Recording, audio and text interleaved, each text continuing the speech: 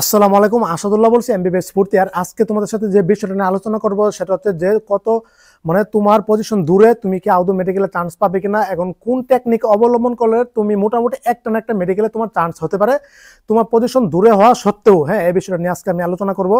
তো দেখো যে এই অটোমেশন পদ্ধতিতে তুমি আসলে আবেদন করবা, তুমি তোমার সিরিয়াল অনুসারে পছন্দের অনুসারে কিন্তু তোমাকে মেডিকেল সিলেক্ট করবে। হ্যাঁ, এটা কিন্তু তোমার হাতে না, কিন্তু তোমার হাতে আছে একটা জিনিস, সেটা হচ্ছে তোমার চয়েস, তোমার পছন্দ।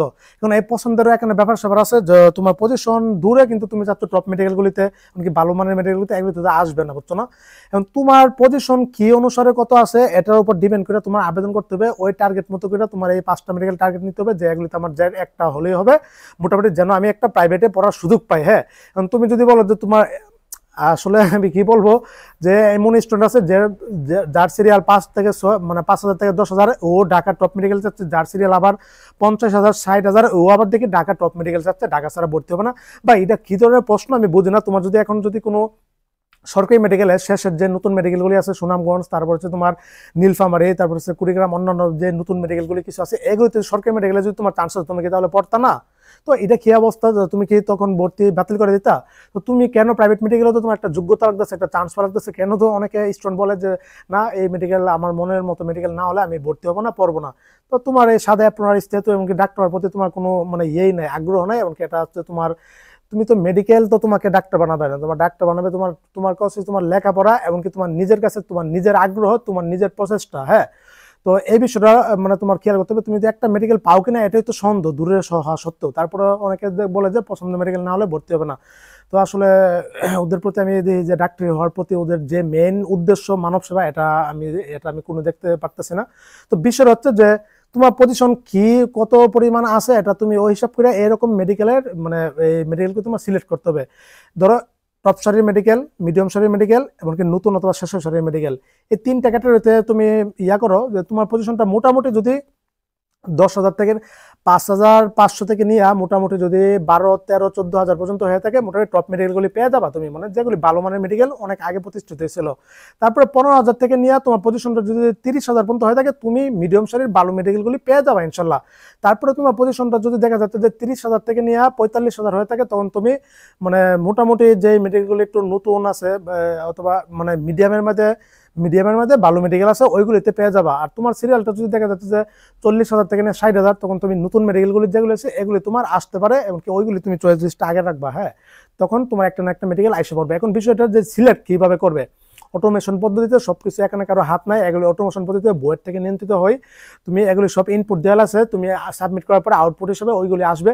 এখন ধরো তোমার পজিশন ধরো 45,000 অথবা 40,000 অথবা 50,000। এখন তুমি যদি প্রথম চয়েস লিস্টের মধ্যে দেওয়া দো যে Ibrahim medical, Bangladesh medical, national medical, তাহলে তো তোমার আসবে না, বুঝছো না? এখন সফটওয়্যার একটা বৈশিষ্ট্য হচ্ছে যে এখানে একটা বিষয় আমি খেয়াল করলাম, যে ধরো তুমি একটা মেডিকেলে ভর্তি হতে চাচ্ছ। হ্যাঁ, ধরো তোমার পজিশন দূরে, কিন্তু তোমার দরকার একটা সিট, কোনো না কোনো ভাবে একটা মেডিকেলে তুমি ঢুকার একটা, তুমি কোনো না কোনো একটা মেডিকেল পেলেই তুমি যথেষ্ট। এবার এরা টপ হোক, পুরান হোক, নতুন হোক, যে কোনো মেডিকেল হোক, তোমার একটা সিট দরকার। হ্যাঁ, তখন তুমি কি করতে পারো, এখানে একটা টেকনিক আছে, যে ধরো তুমি এমন কিছু মেডিকেল আছে যেগুলি সিলেক্ট করো, যেগুলিতে আসলে অন্যরা, ধরো ওই মেডিকেলে 50টা সিট আছে, তো 50টা সিট থেকে দেখা যাচ্ছে যে ওইসব মেডিকেলে প্রথম চয়েসে রাখা ওই মেডিকেলগুলিতে অনেকে আবেদন করে না।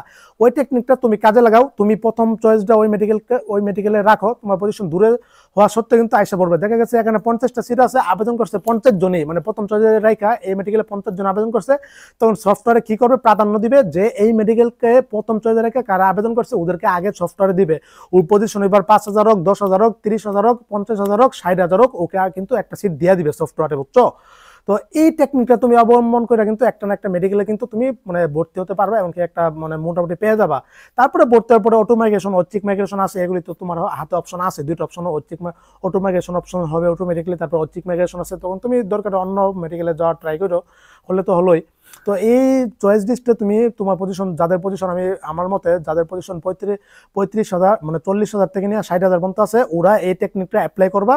এমন কিছু মেডিকেল আছে, দরকার আমাকে হোয়াটসঅ্যাপ করো, আমি বললা দিই কোন কোন মেডিকেলতে তোমার আইসা করতে পারে।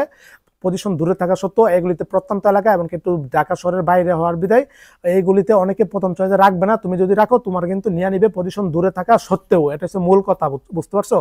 আর আমাকে হোয়াটসঅ্যাপ করতে পারো, আমি এই কিছু লিস্ট দিয়ে দিব না পজিশন দূরে থাকা সত্ত্বেও কোনগুলিতে মোটামুটি আইসা পড়বে। হ্যাঁ, আরো বিভিন্ন টপিক আছে, এগুলো নিয়ে আলোচনা করব। তো এই ছিল। আর এবার পজিশন থেকে কত পর্যন্ত টানা যায় বলা যাচ্ছে না, আবেদন কি পরিমাণ করবে, কি পরিমাণ ভর্তি হবে ওটার উপর ডিপেন্ড করে। তো আপাতত ধরে রাখো যে মোটামুটি 40-45 হাজার পর্যন্ত টানতে পারে প্রথম আবেদনে। হ্যাঁ, তারপর দেখা যাক প্রথম আবেদনের লিস্ট আবেদন কমপ্লিট হওয়ার পরে মার্চের 9-10 তারিখের দিক দিয়ে জানতে পারবো কয় হাজার জন আবেদন করছে, এবং কি লিস্ট দেওয়ার পর জানতে পারবো কোন মেডিকেলে কয় হাজার পর্যন্ত নিছে। তো এই ছিল। পরবর্তীতে আপডেট পাওয়ার জন্য আমার সাথে থাকো, সবাই ভালো থাকো, সুস্থ থাকো। আসসালামু আলাইকুম ওয়া রাহমাতুল্লাহি ওয়া বারাকাতুহু।